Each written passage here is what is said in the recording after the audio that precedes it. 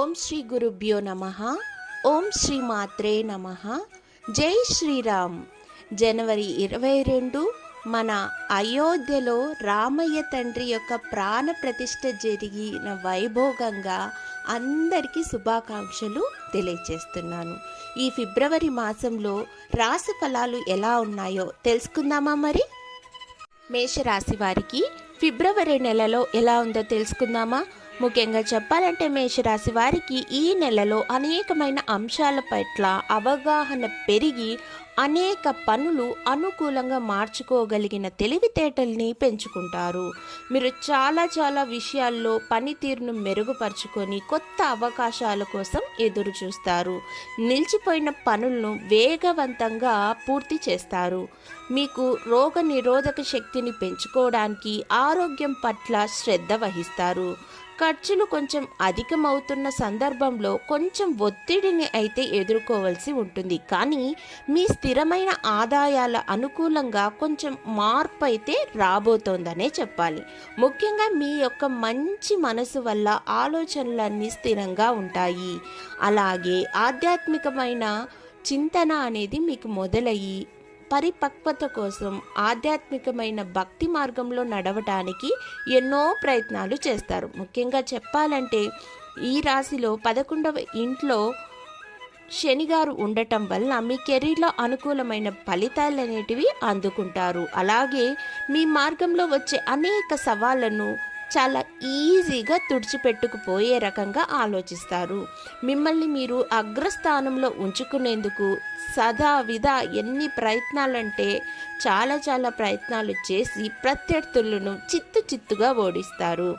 ఈ నెలలో ప్రారంభంలో విద్యార్థులకు కొంచెం కష్టదాయకంగా ఉన్న చివరికి ఫలితం అనేది మీకు అనుకూలంగానే ఉంటుంది. చాలాసార్లు సవాళ్లను ఎదుర్కోవాల్సి ఉంటుంది. మీరు మీ చదువుల ఊపును మెరుగుపరచుకోవడానికి కొంచెం కష్టపడక తప్పదు. కానీ కొన్ని రకాల అడ్డంకులు మీ మంచికే అని నమ్మటం అనేది చాలా గొప్ప విషయం. దీని కారణంగా మీ చదువుల ప్రభావం కావచ్చు. ఈ మాసంలో కుటుంబ జీవితంలో మిశ్రమ ఫలితాలు అనేటివైతే ఉంటాయి. 2వ స్థానానికి అధిపతి అయిన శుక్రుడు 9వ ఇంట్లో ఉండి కుటుంబంతో సంతోషాన్ని కలిగిస్తాడు. ఇంటి సంపాదన పెరుగుతుంది. ఇంటి సభ్యులు ప్రేమతో కలిసి ఉంటారు. మీ తండ్రి ఆరోగ్యంగా ఉంటారు మరియు తల్లి ఆరోగ్యంగా ఉంటారు.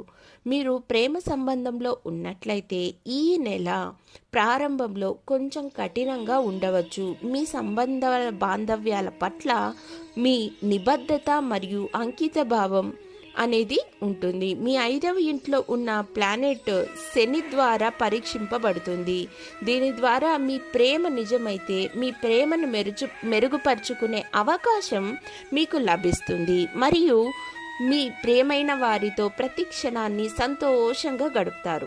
ఆర్థిక రంగానికి సంబంధించి మంచి ఆదాయాన్ని తీసుకురావడానికి ఈ నెల చాలా అనుకూలంగా ఉంది.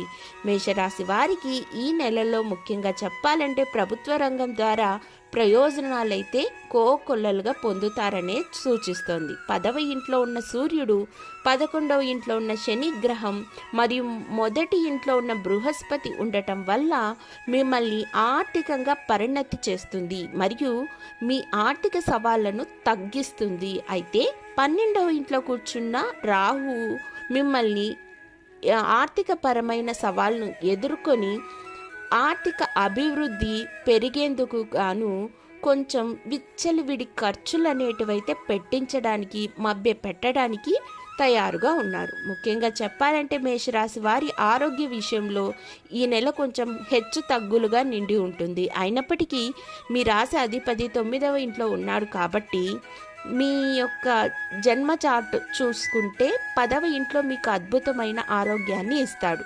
మరియు ఈ నెల మీరు చేసుకోవలసిన పరిహారం ఏమిటంటే ఎర్ర ఆవు లేదా గోధుమ రంగు ఆవుకును పూజించడం బట్టి, వాటికి గ్రాసం సమర్పించడం బట్టి, వాటికి కొంచెం సేవ చేసుకోవడం బట్టి మీరు ఉన్నతమైన స్థానాన్ని పొందడమే కాకుండా మీ కుటుంబాన్ని కూడా ఆనందంగా ఆహ్లాదంగా గడుపుతారు. ధన్యవాదములు.